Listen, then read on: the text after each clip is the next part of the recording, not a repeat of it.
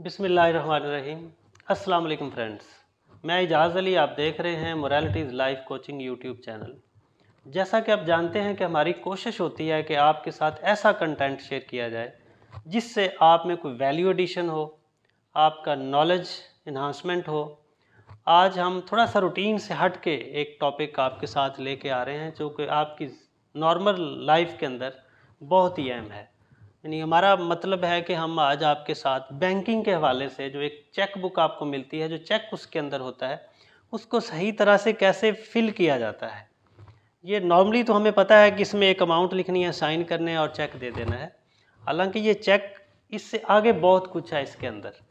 ऐसे लोग जो कई सालों से बैंक के साथ बिजनेस कर रहे हैं वो ये चेक्स यूज़ भी कर रहे हैं, लेकिन इसके अंदर बहुत सी ऐसी ज़बरदस्त चीज़ें हैं जिनका हमने को पता नहीं है।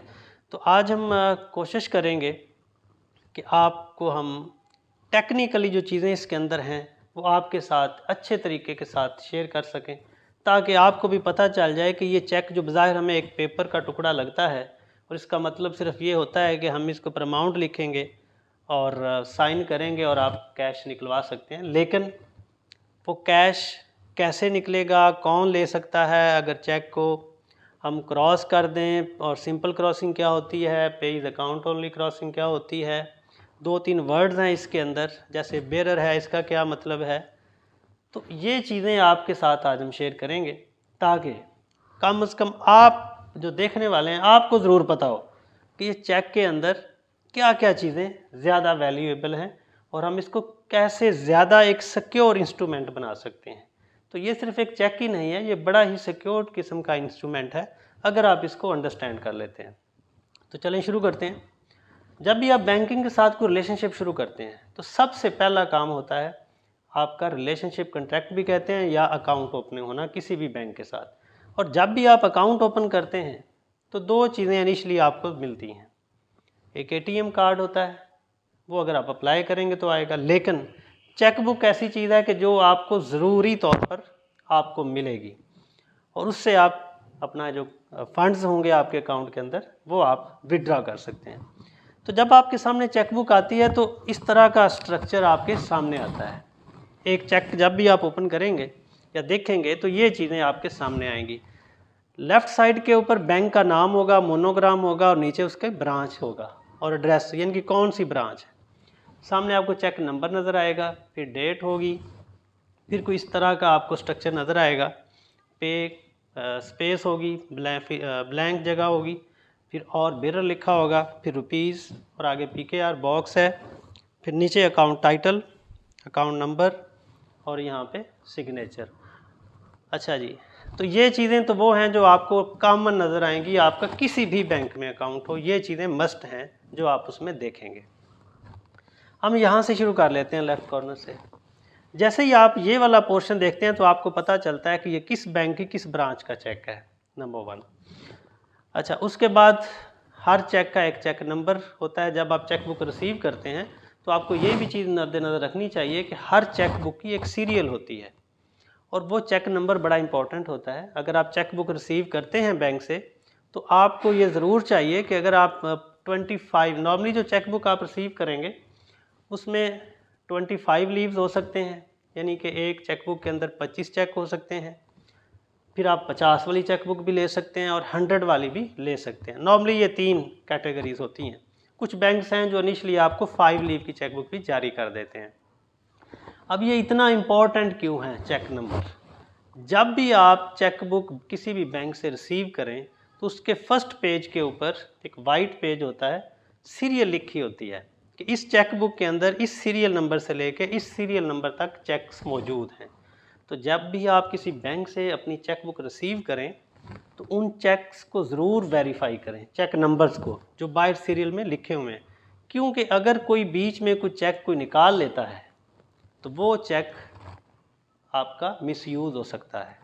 ज़ाहिर है कि फेक सिग्नेचर करके वो यूज़ किया जा सकता है। तो इसलिए क्योंकि इन चेक्स जो नंबर होते हैं उस सीरियल के अंदर, उसके अलावा कोई भी नंबर वाला चेक अगर आएगा तो वो पकड़ा जाएगा, क्योंकि वो सिस्टम उसको एक्सेप्ट नहीं करेगा। इसलिए ये चेक नंबर इंतहाई इंपॉर्टेंट होता है कि आपको पता हो कि मैंने कौन सा चेक नंबर किसको जारी किया है।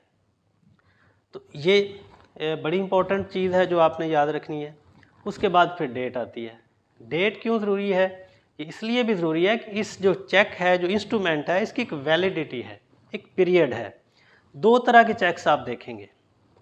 एक तो ये है कि जब आप कोई चेक रिसीव करते हैं तो नॉर्मली उसी डेट का आप चेक किसी को इशू करते हैं और वो सेम डे में भी जा सकता है, और उसके बाद से उस डेट से लेकर 6 मंथ तक वो चेक यूज़ हो सकता है, वैलिड है, उसमें कोई प्रॉब्लम नहीं है। आप 3 महीने के बाद भी जाके वो चेक कैश करवाएंगे तो बैंक वो चेक क्लियर करने का पाबंद है। अगर 6 मंथ से एक दिन भी ऊपर हो जाता है तो फिर उस चेक की वैलिडिटी ख़त्म हो जाती है, उसको हम स्टेल चेक भी कहते हैं।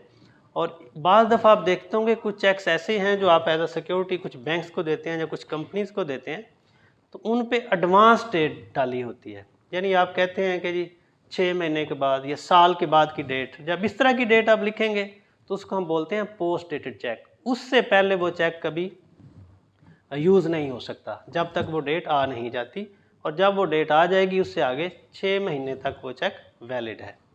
अच्छा, ये तो होगी ये बात।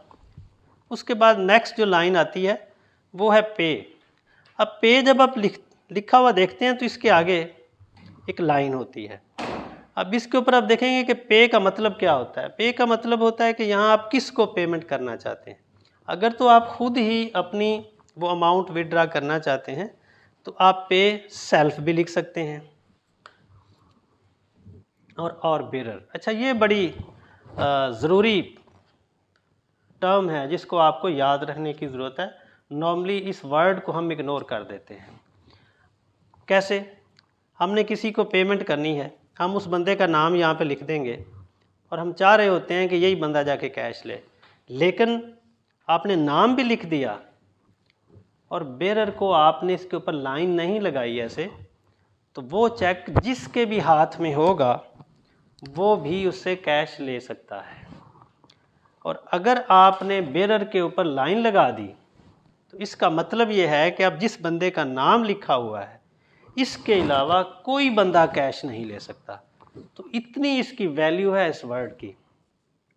और अगर आपने इसके साथ CNIC नंबर लिख दिया फिर तो उस नाम का कोई और बंदा भी चेक लेके आएगा तो वो भी नहीं ले सकता, बल्कि उसका शनाख्ती कार्ड नंबर की कॉपी ली जाएगी और उसको रिकॉर्ड में रखा जाएगा। और अगर आपने नाम भी लिख दिया, CNIC नंबर भी लिख दिया और बेरर नहीं काटा, तो हम खुद ये ऑर्डर दे रहे हैं कि या तो इसको पे कर दो या जिस बंदे के पास चेक है उसको दे दो। तो इसलिए इस वर्ड की बहुत वैल्यू है, इसको हमें ज़हन में रखना है। नॉर्मली इस चीज़ के बारे में बहुत सारे लोगों को पता नहीं है। अच्छा, उसके बाद आ जाता है, नीचे रुपीज़ लिखा होगा, इधर PKR लिखा होगा। इसका मतलब है कि आपने यहाँ पे अमाउंट वर्ड्स में लिखनी है और यहाँ पे हिस्सों में लिखनी है। बाद दफ़ा आप चेक ये देखते हैं कि आपने फॉर एग्जांपल कोई 1 लाख रुपया अमाउंट विड्रॉ करनी है तो आप यहाँ पे 1 लाख हिस्सों में लिख देंगे और इधर आप वर्ड्स में लिखेंगे 1 लाख। अगर आपने यहाँ पे इस 1 की बजाय ये वाला 1 लिख दिया, ये चेक प्रॉब्लमेटिक है, ये पास नहीं हो सकता। उसकी वजह क्या है कि यहाँ मिसयूज़ हो सकता है। अगर कोई आदमी इस 1 लाख से पहले एक और लगा दे और आपको पता है कि इसके अंदर भी आसानी से एक डाला जा सकता है, तो ये अमाउंट जो आपने 1 लाख के लिए इशू की थी, ये अमाउंट इधर 11 लाख बन जाएगी। तो इसलिए ये ज़रूरी होता है कि अगर आप इधर हिस्सों में लिखते हैं तो इधर बिल्कुल वर्ड्स में लिखें। जब आप वर्ड्स में लिखेंगे तो फिर इस तरह की आल्ट्रेशन पॉसिबल नहीं होती, ये इसलिए ज़रूरी होता है। अच्छा, उसके बाद यहाँ पे अकाउंट टाइटल आ जाता है। ये भी देखना इसलिए ज़रूरी होता है कि अगर आप देखेंगे अकाउंट टाइटल कोई पर्सनल नाम का है तो फिर क्या होगा, अगर कंपनी नाम का है तो फिर क्या होगा। अगर तो पर्सनल नाम का है, यहाँ पे सिंपल एक साइन हो जाएंगे जिसका भी चेक है। अगर कंपनी नाम का है, अगर साइन किए हुए हैं और ठीक किए हुए हैं, अगर स्टैंप मौजूद नहीं है उस कंपनी की, तो ये चेक फिर भी पास नहीं होगा। इसलिए जब भी आप कोई चेक रिसीव करें तो ये ज़रूर देखें, अगर कोई कंपनी का नाम आ रहा है, बंदे का इनफरादी नाम नहीं है, कंपनी का नाम आ रहा है और सिर्फ साइन है और वो आपने वेरीफाई भी कर लिए किसी बंदे के ही साइन है, और अगर उसकी स्टैंप नहीं है तो वो चेक आपका एक्सेप्ट नहीं करेगा बैंक। तो इसलिए जब भी आप चेक रिसीव करें ये ज़रूर देखें, अगर कंपनी के नाम का हो तो मेक श्योर कि उस कंपनी की स्टैंप भी इसके ऊपर लगी हुई है और नीचे अकाउंट नंबर हो जाता है। अच्छा, ये तो होगी सिंपल सी चीज़ें। इसके बाद आप इस चेक को और कैसे सिक्योर कर सकते हैं। अच्छा, एक ऑप्शन होती है कि आप कहते हैं जी क्रॉस चेक, ये टर्म आप सुनते हैं ऐसे लेफ़्ट साइड के ऊपर टॉप के ऊपर 2 क्रॉस लाइंस होती हैं। इनका मतलब क्या होता है, अगर तो ये लाइंस नहीं लगी हुई तो इसका मतलब ये है कि ये चेक आप काउंटर पे प्रेजेंट करेंगे और आप कैश विड्रॉ कर सकते हैं। लेकिन अगर ये लाइंस लग गई, अब आप इस चेक से कैश नहीं ले सकते। अब ये किसी ना किसी अकाउंट में ही ट्रांसफ़र हो सकता है। हाँ, दूसरी ऑप्शन ये है कि आप इन लाइंस को ख़त्म करवा के जो नीचे ऑथराइज सिग्नेटरी है इसके सिग्नेचर यहाँ पे हों, फिर ये कैश हो सकता है। तो सिंपल क्रॉसिंग का मतलब ये है कि पे अगर कोई नाम लिखा हुआ है तो ये उस बंदे को ट्रांसफ़र हो सकता है, और बिरर भी अगर मौजूद है तो ये इस नाम की बजाय किसी और अकाउंट में भी ट्रांसफ़र हो सकता है। लेकिन अगर एक और ऑप्शन होती है, इसके अंदर आप अगर लिख देते हैं पेज अकाउंट ओनली, आपने जिस बंदे का नाम या CNIC नंबर साथ लिख दिया, अब ये चेक उसके अलावा अगर आप में से वो मिसप्लेस भी हो जाता है तो उस बंदे के अलावा किसी के भी अकाउंट में ये चेक ट्रांसफ़र नहीं हो सकता। तो ये एक बड़ी ही इम्पॉर्टेंट चीज़ है जो हमें ज़हन में रखनी चाहिए। दूसरी चीज़, अगर चेक के ऊपर कहीं पे आपसे ओवर राइटिंग हो जाती है, न पे लिखते हुए या इस अमाउंट को फिल करते हुए या इवन डेट के ऊपर भी आपने थोड़ी सी ओवर राइटिंग हो गई, तो वो फिर ऑथराइज सिग्नेचर्स का वहाँ होना ज़रूरी है, अदरवाइज़ वो चेक आपका बैंक एक्सेप्ट नहीं करेगा। तो ये आपने बड़ा ही ज़रूरी चीज़ है, उसको ज़हन में रखना है। फिर आप देखेंगे चेक के अंदर एक नीचे डॉटेड लाइन होती है और उससे नीचे फिर भी एक वाइट में पेज होगा चेक का, जो थोड़ा सा और नीचे स्पेस होगी, और कुछ चेक्स के ऊपर लिखा भी होता है कि do not right below this line. तो इसका मतलब ये है कि इस लाइन से नीचे अगर आपने सिग्नेचर यहाँ नहीं किए, ये यहाँ नीचे कर दिए, तो तब भी बैंक चेक वो रिसीव नहीं करेगा। तो इससे ऊपर ही आपने लिखना है। और कुछ चेक्स, कुछ बैंक्स के जो चेक्स हैं वहाँ पे इस लाइन के नीचे कुछ सिक्योरिटी नंबर भी लिखे होते हैं, जो कि उसके अंदर अकाउंट नंबर भी आपका मौजूद होता है। तो ये हो गई एक जो फ्रंट साइड होती है चेक के ऊपर, उसके रिलेटेड कुछ चीज़ें। अब एक चीज़ और आती है, अब इसकी बैक साइड आती है। नॉर्मली आप जब बैंक विज़िट करते हैं तो आप काउंटर पे चेक देते हैं, तो जो वहाँ पे कैश ऑफिसर बैठा होता है वो आपसे कहता है जिसकी बैक पे 2 सिग्नेचर कर दें, और आप भी चुप करके कर देते हैं। और ऐसे भी लोग होते हैं जो घर से किसी को भेजते हैं तो पीछे बैक पे भी 2 साइन करके भेज देते हैं। इवन कुछ लोग क्रॉस चेक जारी करते हैं तो वो भी बैक पे 2 साइन कर देते हैं। अच्छा, उनकी कोई वैल्यू नहीं है, सिर्फ वैल्यू इस फ्रंट वाले सिग्नेचर की है। बैक पे जो सिग्नेचर हैं उसकी एक लॉजिक है जो बहुत सारे लोगों को पता नहीं है।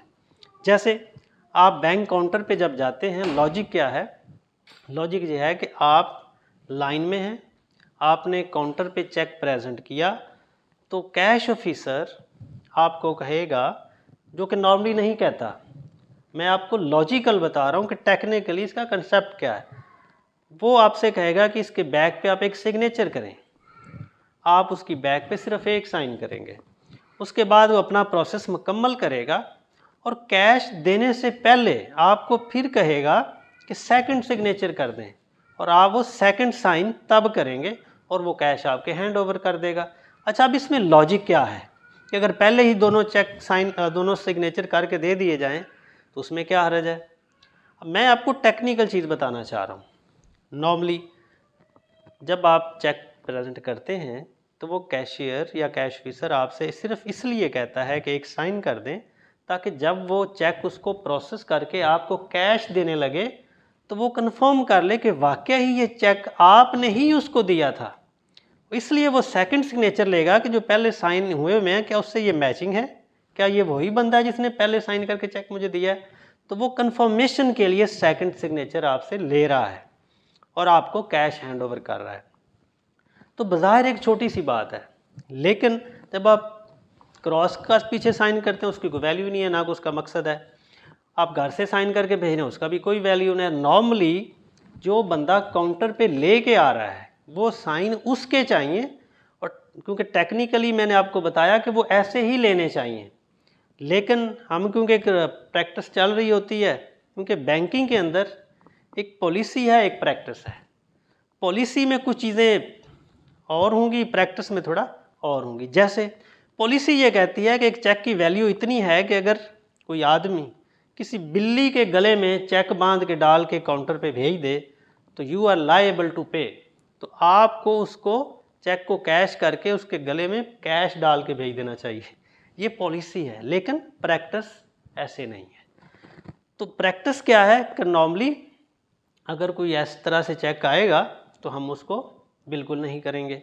हम क्या करेंगे कि उसको प्रॉपर, जो बंदा लेके आ रहा है, फिर ये सारी जो मैंने आपको बताया कि उसकी बैक पे सिग्नेचर और उसकी ये लॉजिक्स, ये आपको पता हो। तो मेरा ख्याल है कि जो चीज़ें आपसे शेयर की गई हैं इससे आपके नॉलेज में ज़रूर इजाफा हुआ होगा, क्योंकि ये वो टेक्निकल चीज़ें हैं जो आप अपने इस इंस्ट्रूमेंट को ज़्यादा से ज़्यादा सिक्योर कर सकते हैं। एक चीज़ और भी लास्ट में आपसे शेयर कर दूं, बाद दफ़ा पे मोस्टली कैश लिखा हुआ देखते हैं।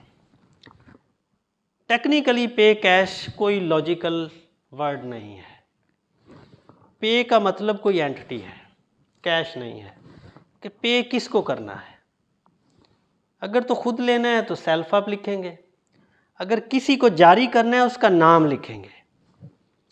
कैश कोई इसकी लॉजिक नहीं है, लेकिन क्योंकि मैंने बताया कि एक पॉलिसी है एक प्रैक्टिस है, प्रैक्टिस में ये चल रहा होता है, लेकिन पॉलिसी के मुताबिक टेक्निकली अगर आप इन चीज़ों को देखें तो आपको किसी एंटिटी, किसी शख्सियत का ही नाम लिखना पड़ेगा। तो इसलिए जब भी आप ये चेक इशू करें, इन चीज़ों को ज़रूर अपनी जो पेमेंट टर्म है उसके अकॉर्डिंगली ज़हन में रखें कि अगर मुझे सिर्फ इसी बंदे को पेमेंट इंश्योर करनी है तो मुझे क्या करना पड़ेगा। अगर मैंने किसी को कैश नहीं देना, आप चाहते हैं कि वो किसी अकाउंट में ट्रांसफ़र हो, तो फिर मुझे क्या करना पड़ेगा, और जो बैक पे सिग्नेचर हैं उनकी क्या लॉजिक है। और भी छोटी छोटी कई चीज़ें हैं जो कि फिर ज़रा लेंथी हो जाएगा, वो नेक्स्ट किसी टॉपिक के ऊपर हम ज़रूर आपसे डिस्कस करेंगे। तो आज के लिए सिर्फ हमारा मकसद यही था कि नॉर्मली जो रूटीन में हम चेक्स को यूज़ करते हैं उसके अंदर किन चीज़ों का हमें ख्याल रखना चाहिए।